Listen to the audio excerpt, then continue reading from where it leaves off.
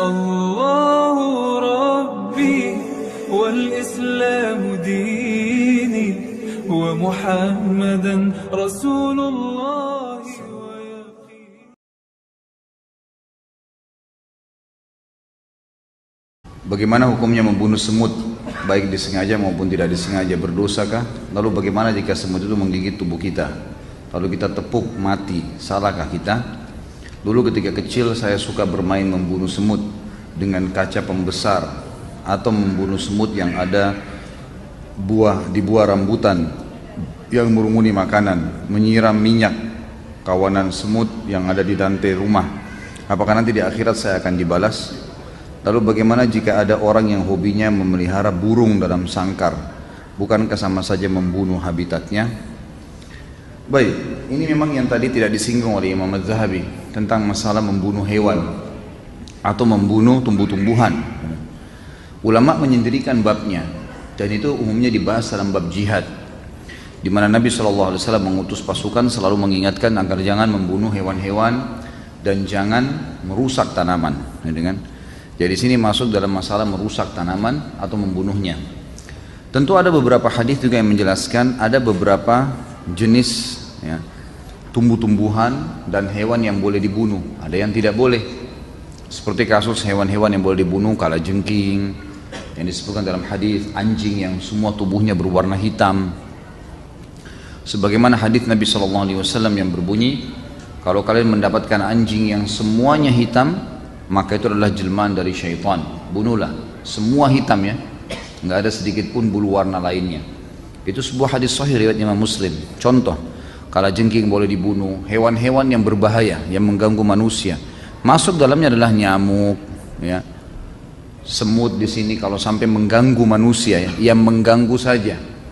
Tapi kalau tidak mengganggu nggak boleh. Kalau tidak mengganggu nggak boleh. Dan kita harus tahu ada hadis Nabi SAW lain di riwayat Bukhari, fi kulli kabidin ratabatin ajr. Di setiap denyut kehidupan ada pahala.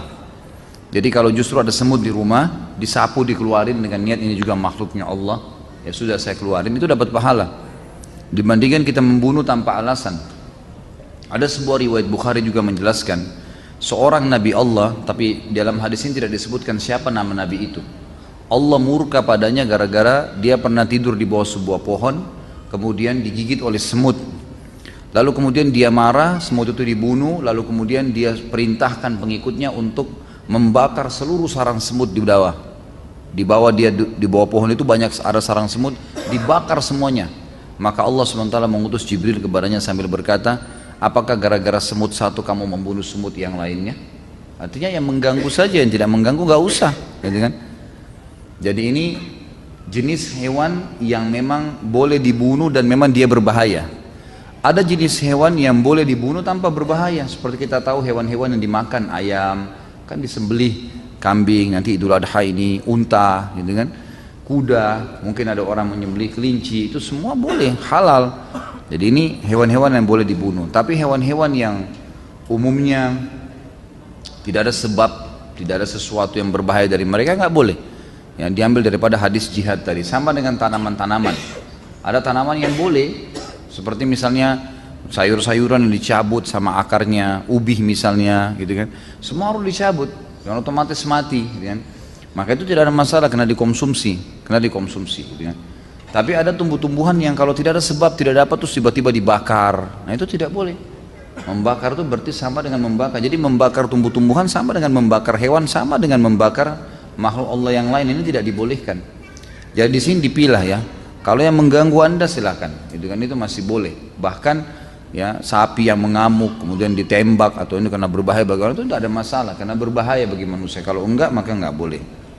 Kalau masalah orang memelihara hewan, ini ada bab lagi sendiri. Abu Hurairah radhiyallahu anhu memelihara kucing, ya kan? Memelihara kucing, dan itu Nabi SAW tidak larang. Abu Hurairah nama lainnya Abdurrahman ibn Sakhr, tapi dikenal dengan Abu Hurairah. Hurairah artinya kucing, karena orangnya suka banyak pelihara kucing. Nah di sini Nabi SAW membiarkan, tidak ada masalah, karena dia merawat hewan-hewan itu, dia merawat.